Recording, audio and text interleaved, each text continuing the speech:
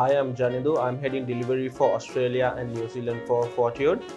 Hi, I'm Ryan. I'm heading Project Management Office for Fortude, and welcome today for our first episode on Life of a PM.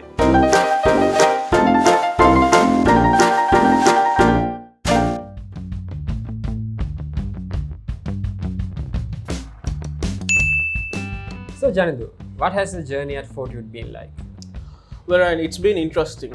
For the last 10 months since I've been at Fortude, I've worked all over the world actually, with projects starting from America to Australia and New Zealand, and even in Sri Lanka.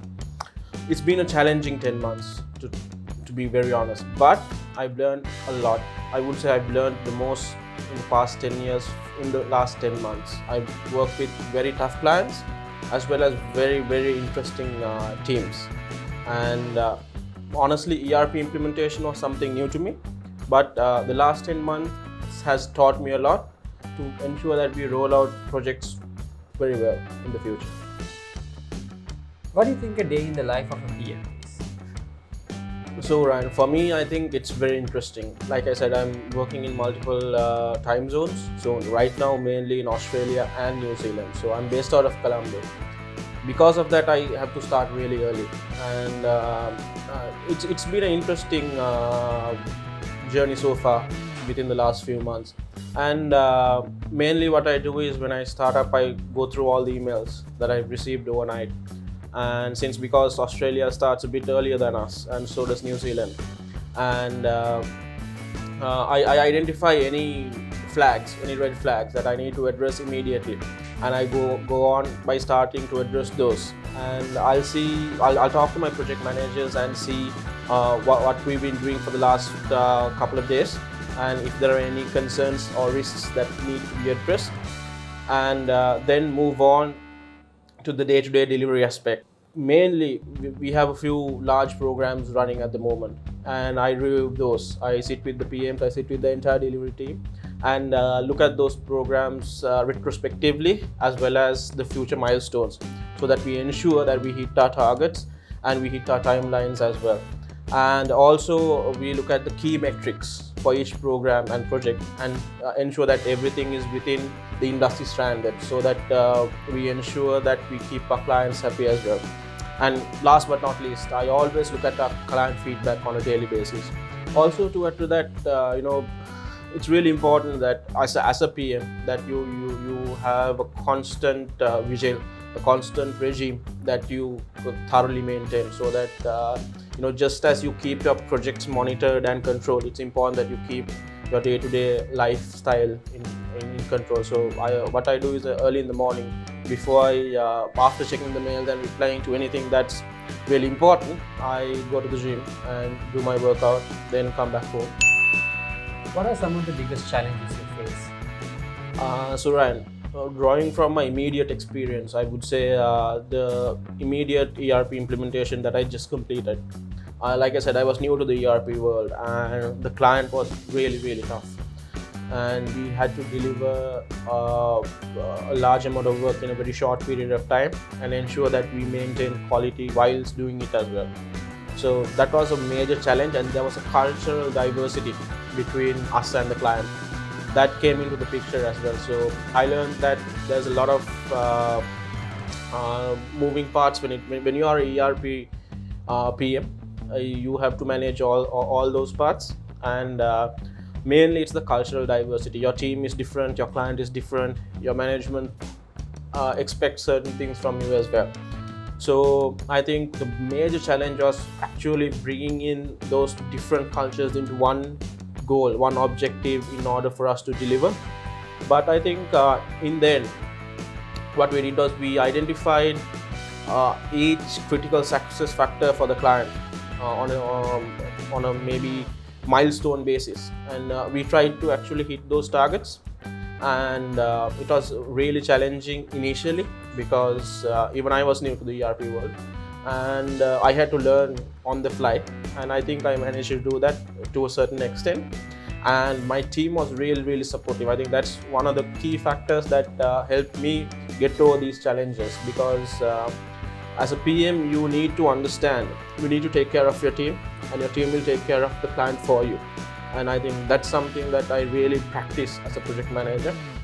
Another key challenge was my team was very diverse. I had consultants, I had developers, I had technical consultants.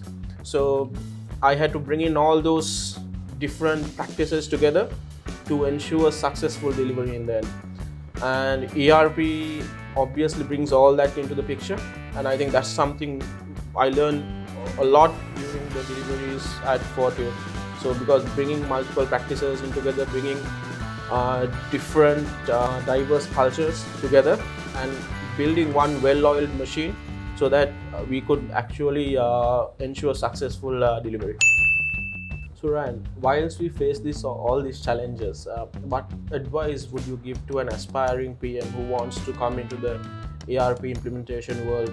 So Janindus, from my experience, planning is key. For a PM, you need to plan at least 5-10 steps ahead from where you are right now. That's the primary part of our job. And then I'd say you need to be detail oriented.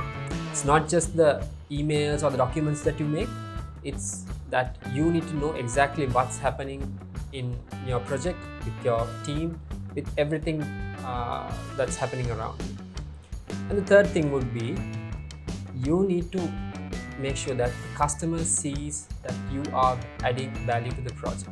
Because if you don't deliver what the customer wants, and if you're just delivering what you want, then there's no success in it. So, from my experience, if you cover these three things, I'm sure a PM will get to a better stage than in terms of managing those challenges.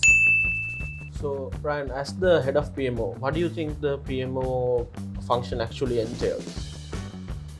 What we have at Fortude is a directive PMO. PMO creates and maintains the standards for project management. And then we'll also look at doing continuous improvement based on the lessons learned we have from our past projects. For an example, say we start a new project with a customer. What PMO will do is, PMO will sit with the delivery organization to define the methodology, the governance, and then also the metrics that we need to monitor the value additions or the standards of the project. And then while the project is going on, PMO will also look at monitoring and controlling, and then looking at the risks that could become a challenge to the organization. And once the project is done, what we will do is, we will look at it from a lessons learned perspective, and then we'll see what improvements we can do to our methodology and then our standards to ensure that we won't face those challenges again in the future. Apart from that, PMO will also look at the individual needs of each PM.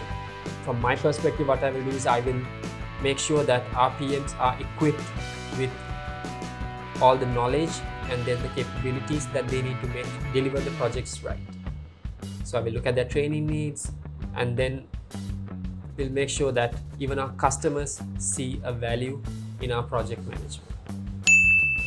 So Janindus, what do you think the difference is when it comes to delivering projects in the US compared to delivering projects in ANZ? So Ryan, I think from Fortude perspective and from delivery perspective, we always look at adding value to the customer, no matter the geography. But I think mainly there's a clear time zone difference. So my routine kind of completely changes. Other than that, I think mainly Australians and Sri Lankans both love cricket. So I think that's something we have in common compared to the US. And I think that's something always that comes up when you're working with clients. So and it helps build a relationship as well. And also I think comparatively, Fortude is actually trying to now move into ANZ a lot more and create new business and growth. So I'm very excited about that as well. And I'm planning to travel very frequently. So that would actually help me understand and get to know the Australian culture as well. and help me actually bring value to our clients and customers. So Ryan, I heard that you have some interesting hobbies. Would you care to share? Yeah, Jan, because being in the PM world, it's not easy. You're in continuous stress and you need something to calm your mind and to relieve that stress out.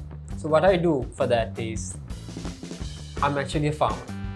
I'm not talking about farming in acres, but what I do is I grow vegetables at home. I use organic ways to do that, and I make sure that at least one curry in my lunch every day is picked from my garden. And then working with plants, doing my at least 1 hour a day in my garden. It's like meditation to me, and that's my main hobby right now.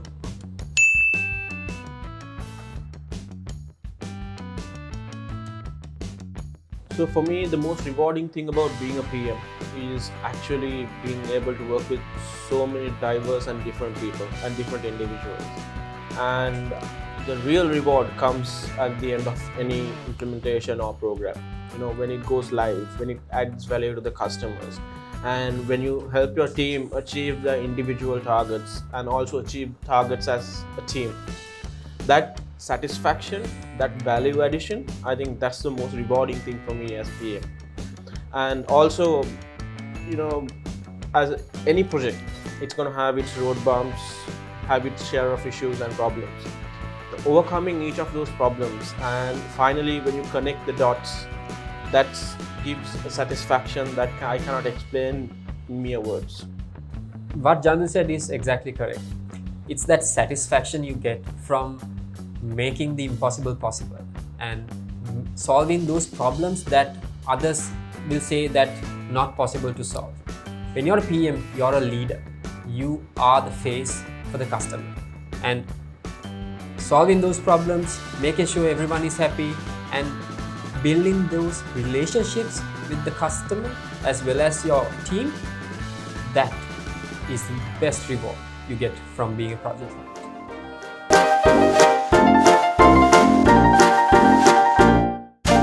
This is us signing off, wishing you a very Merry Christmas And a Happy New Year.